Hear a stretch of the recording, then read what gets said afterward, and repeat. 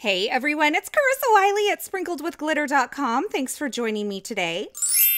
Today I am sharing 3 new projects featuring some fabulous new products from Pinkfresh Studio, and let me tell you, I am so excited about these products that they've released, as well as how these projects turn out. I'm going to be doing some rainbow ink blending and creating some custom colors of ink with ink blending. And before I get into that, I want to show you just a couple of the products that they've released. So I have the Butterflies stamp set with the coordinating die and the coordinating layering stencils set. And then I have the Perfect Sentiments product suite here. This is 3 different products. They're sold separately. I have a hot foil plate, a stamp, and the coordinating die. Now, the cool thing about this is these are all one piece. The hot foil plate is one piece, the stamp is one piece, the die is one piece. So you get 11 sentiments, either hot foiled or stamped or embossed at the same time, and you can cut them out with one pass through your die cut machine. And I'm going to show you that here in just a bit. I'm going to start out with the Rainbow Ink Blended Butterfly first, and I wanted to show you that the Pinkfresh Studio layering stencils are all numbered, so it has the suggested order up in the upper left-hand corner of the stencil. It's kind of etched in there. And today for my ink blending, I'm going to be doing it in my Misty stamping tool. I'm using that corner to make sure everything lines up. And I am doing it on some Neenah Solar White heavyweight cardstock. Now, if you look at the package, it does show you that these butterflies, one is kind of upright and one is kind of upside down. So just keep that in mind. I'm going to be working from the top down, and I am going out of order with these stencils because I wanted to. That was the order that made the most sense for me when I was doing this rainbow ink blending. So I'm starting out with the Candy Violet ink from Pinkfresh Studio, and I'm doing that in the upper tips of the wing. Then I'm moving on to Coral Reef ink. This is one of my favorites, and I'm allowing those to overlap. Now notice when I am using my blending brush, I'm actually tapping into the lid of my ink. That's because I can go back and pick up that ink later to continue my ink blending. Before I switch colors between these inks, because I'm doing multiple colors of ink in each section, I am wiping the stencil clean with a microfiber cloth. It's just a dry microfiber cloth. And for the orange, I am using Apricot. So now I'm moving on to the next stencil, and I believe this is actually stencil number 3, but I decided to do it second in my ink blending order. And I started this stencil out with the same Apricot ink so that it could kind of roll from one color into the other on each butterfly. And like I mentioned before, you'll notice that that butterfly in the lower left-hand corner of this stencil, it's actually upside down in comparison to this larger butterfly. So I'm blending kind of in reverse order from the bottom up. Now for the yellow, I chose the Pinkfresh Studio Sunshine ink. Once again, I'm just kind of blending the rest of that second area and into the third area. And that allows that ink to kind of darken up in the areas where it overlaps itself, so it becomes more intense. Then I'm moving on to my green. And for the green today, I chose the Pinkfresh Studio Meadow ink.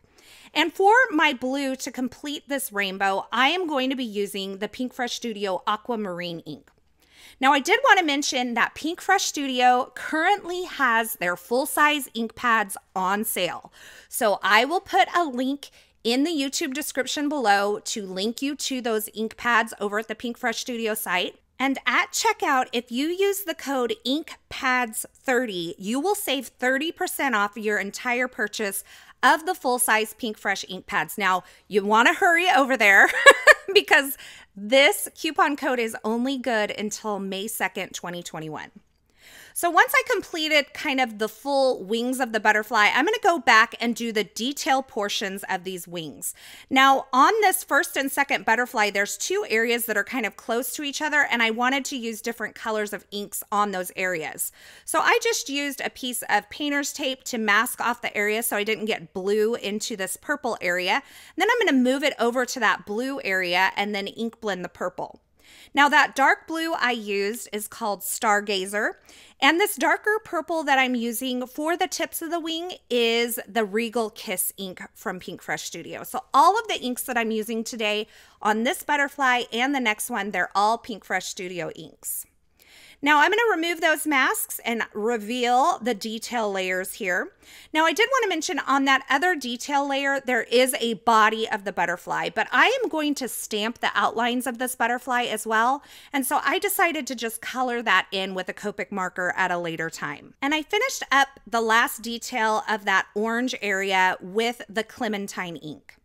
Now I'm using the backer from the stamp set here to line up my stamp. So I've placed it right over the stenciled area to make sure that the lines of the stamp were going to line up with my stenciled area. And then I placed my clear stamp on top of that and mounted it in my MISTI and then stamped it with the Pinkfresh Studio Detail Black ink. Now using the backer, that wasn't originally my idea. It's actually something I saw Jennifer McGuire do, so she has a video on that if you want to check it out. It's on layering stamps, but that just helped me make sure that when I'm stamping this, I get it right over the stenciled area. So I can really see the outline of the stamp clearly by using the backer, and it's easy to line that stamp up on top of the backer sheet. Now this area here, I felt like it needed a little more pink, so I just replaced my stencil and added a little bit more of that coral reef ink over the top of it and kind of pinked it up a little bit, if you will. So now that the outline of my butterfly is stamped, I can take the coordinating die and line it up and tape it in place. And I'm actually using this highlighter tape that I found on Amazon. It is very similar to the Easy C Crafters tape that a lot of people are using right now. I've been very happy with it. It's low tack, but it holds my stencils really well in place and you can see through it. And once I run this through my Gemini Junior, you can see I have these beautiful ink blended rainbow butterflies. And I have to tell you, I am thrilled with how these came out. Now, the great thing about products like this is that you can kind of mix and match them. So you can use the stamp set on its own and you can paint or color that. Or you can use the stencils on their own and kind of skip that detail layer that the stamping adds. But when you use them all together, you get such a beautiful look. And this really doesn't take that long at all. Now let's talk about the perfect sentiments. And I talked to you about them earlier, but I want to show you these in action. You can buy just the hot foil plate, you can buy just the stamp, or you can buy the hot foil plate, the stamp, and the dies, the whole shebang. That's how I prefer to purchase. And this is going to give you 11 sentiments all at once. These are all one piece. I am using the hot foil plate today. You could definitely use the stamp and emboss those instead. And I'm going to use some Glimmer Prism hot foil to foil these sentiments. Now this is all one piece, so I'm going to lay this on my platform with the back side of my hot foil plate touching the platform. Then I am going to add my foil with the pretty side facing the design of my hot foil plate. Then I added my Neenah Solar White Heavyweight cardstock and my shim, and I ran that through my die cutting machine. Now I did find out that this glimmer hot foil in the prism, especially this beautiful kind of holographic silver color, needed a little more heat. So I did use the medium heat setting on my Gemini foil press. And look when I remove this. It is so beautiful. The shine is insane. And I have all of these sentiments, all 11 of them, foiled at once.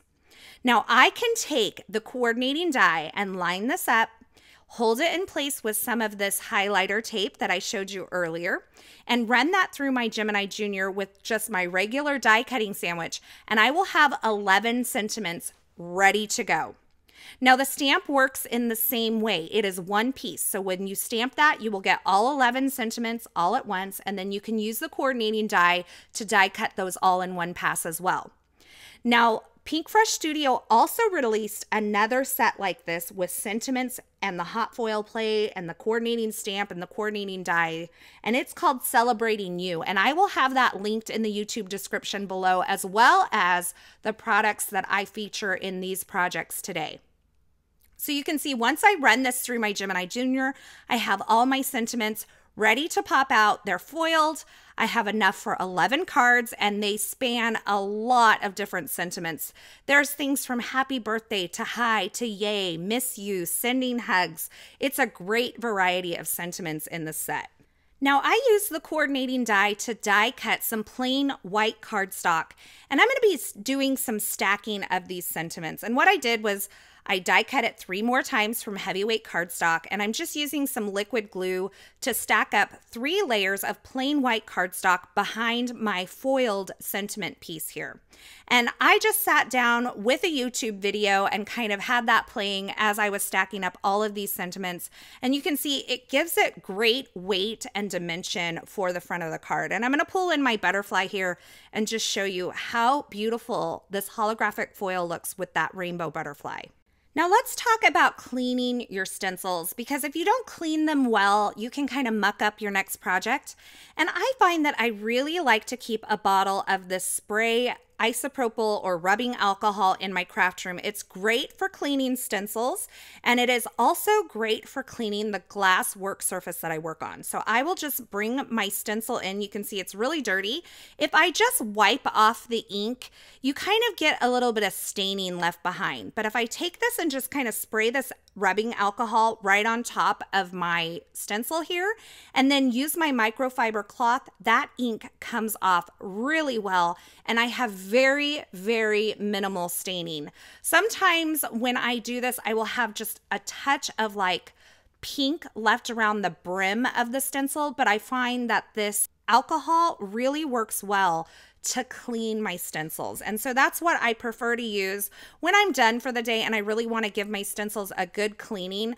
I will do this. Or if I'm going to switch from like really intense colors to some lighter colors as I'm working throughout my project session, then I can use the spray alcohol to kind of clean up the stencils.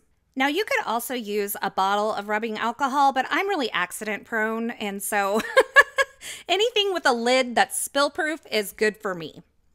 Now I've taken the new Pinkfresh Studio Leafy branch die and I've die cut it 3 times from some heavyweight vellum. This is the Essentials by Ellen Vellum. And I am adding just some drops of liquid adhesive on various places on the back of these leafy branches. And I'm adhering them to a piece of Neenah Solar White heavyweight cardstock that I die cut using the Pinkfresh Studio Essential Stitched Rectangle dies.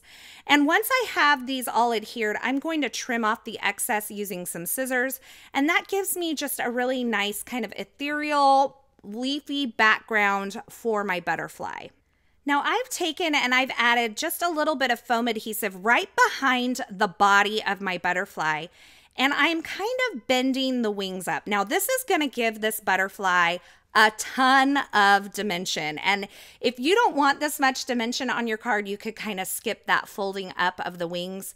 But this makes this butterfly seem like it's going to fly right off the front of the card. And I think it is so cool. I added some liquid adhesive behind that so I could kind of position it on the card where I wanted. And I am just allowing it to kind of float off the edge of that die cut rectangle. And then I'm going to take my stacked up sentiment here, add a little bit of liquid adhesive on the back of it, and I'm going to place it kind of overlapping my butterfly on the lower right hand portion of the wing here. So you can see I'm just pressing everything into place.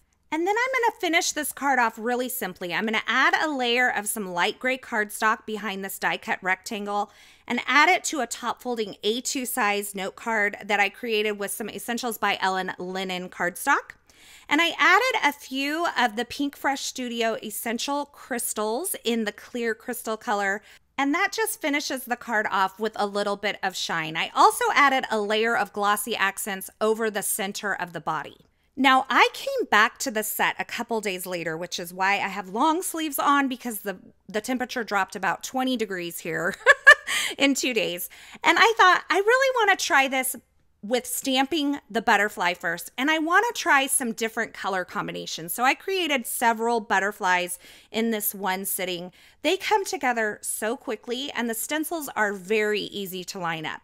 And this time I decided to go ahead and stamp my butterflies first using the Pinkfresh Studio Rocky Slope ink. And this tool that I'm using to press down my stamp is the Debbie stamping tool from Stamper's Secret, and I will have that linked below. Now I've gone ahead and removed the cardstock from my Misty stamping tool, and I've positioned it onto my work surface. My work surface is magnetic, so I'm just using my Misty magnets to hold both my stencil and my cardstock in place as I do the ink blending. And I started this out with that Peach Fuzz ink at the top, and then I'm moving down to the bottom stencil, which is actually the number 2 stencil. So the first time I did it with just the number 1 and then the number 3 stencil. Now I'm actually going in order. And I use the Candied Violet on the bottom. And for this center section, I am using the Pinkfresh bubblegum ink. And I hardly ever use this bubblegum ink, but it is so beautiful. And when it blends with the Candied Violet and that Peach Fuzz, it is like magic. Now, I pulled this off and I did not love that Peach Fuzz ink. I wanted kind of an orangey corally pink, but I wanted it to be really light. And so this is where creating your own custom color comes in. I took the Ballet Slipper ink from Pinkfresh Studio and blended it right over that Peach Fuzz ink. And look at this beautiful color that I created. So you don't have to just create overlapping little areas of color. You can actually create a whole new color by blending full areas with 2 different colors of ink. Now for the details here, I started out with Coral Reef on the upper portions and Raspberry Bliss on these bottom portions to overlap that Candy Violet. And when I took this off, I was like, this is too pink. I don't like it. So I repositioned the stencil again, and I'm going to blend over this entire area with the Pinkfresh Studio Lavender ink. Once again, creating my own custom color of ink, and I love the way those 2 colors blend together. Now for the final detail area on the center wings of these butterflies, I use the Raspberry Bliss, and that completes my next color scheme for these butterflies. Once again, the body is included in the layering stencil, but I decided to go ahead and just color it in with a Copic marker instead. I ran these through my die cut machine using the coordinating die, and now I have these beautiful die cut butterflies. And I thought it would be really fun to take this smaller butterfly and kind of layer it up to make it look more dimensional. So it's like the second set of wings is kind of coming out behind. So you have like this full butterfly, but it's the side view instead. So I created a second butterfly using the stencils, and I trimmed off the body on the back portion. And I went ahead and folded up the wings of this butterfly. And I have to tell you, I wish I would have scored this instead of using my finger to just kind of bend the wings up, because it did create a little bit of cracking in the cardstock. So if I had to do this again, I would just throw it into my score tool real quick and create a score line rather than just bend it up with my fingers. So to create this layered butterfly, I just added a little liquid adhesive on the back side of the front butterfly and added it right on top, kind of offset. And that gave me kind of this illusion that you have this whole other set of wings, like the full butterfly there, but it's the side view. I die cut some Nina Solar White heavyweight cardstock once again, as well as those leafy branches. And I did ink blend some Pinkfresh Studio Mint ink on the background just to give it a little more depth and dimension and kind of help those leafy branches stick out a little bit more. I'm adding my foiled sentiment right in the lower right-hand corner of this stitched rectangle square that I die cut. And then I'm adding my butterfly on there again with some foam adhesive, and that's going to give this so much dimension. And like I said, it really feels like these butterflies are going to fly right off the front of these cards. For this card, I also finished it off using some Pinkfresh Studio crystals in that clear crystal color. And I like to adhere those on using some glossy accents. So I created a third card using the larger butterfly from this color combination. And you can see I have a couple more butterflies in this picture with some different ink color combinations that I tried out. I had a great time creating these butterflies, and I absolutely love the way this kind of sherbety color combination came together with the purples and the oranges and the pinks. It's a little bit different than what I normally do because I don't normally gravitate towards purple, but I was able to create my own custom kind of orchid colored purple by blending a couple of inks together, and even my own kind of corally pink at the top by blending that Peach Fuzz as well as the Ballet Slipper. Now, as always, I will have links to the featured products I used in these projects in the description at YouTube, so be sure you check there if you're looking for something in particular, or you can head on over to my blog at sprinkledwithglitter.com. I will have that linked below. Over there, you'll find more still shots, more information, a complete list of supplies, links to the entire new Pinkfresh release, as well as some information on a blog hop and some giveaways that is celebrating this brand new Pinkfresh April 2021 product release. Thanks so much for stopping by and watching today. I hope you enjoyed these projects. If you did, be sure to give this video a thumbs up and subscribe and turn on the notifications here on my YouTube channel so you don't miss any of my paper crafting and card making video tutorials. Hint, hint, there's another one coming tomorrow. And I would really love it if you would share this video with a friend that you think might enjoy it as well. I'm going to give you a couple more previews of some other butterflies that I created here. But once again, I just want to thank you for spending your time with me here today. I'm so glad you're here. And until next time, I hope you have a fabulous day.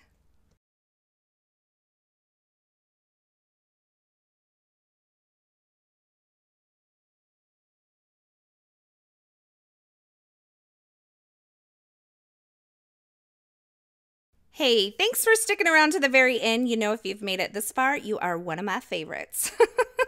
To subscribe to my channel, go ahead and click the button on the left side of the screen. And here's a couple more video tutorials I thought you might enjoy.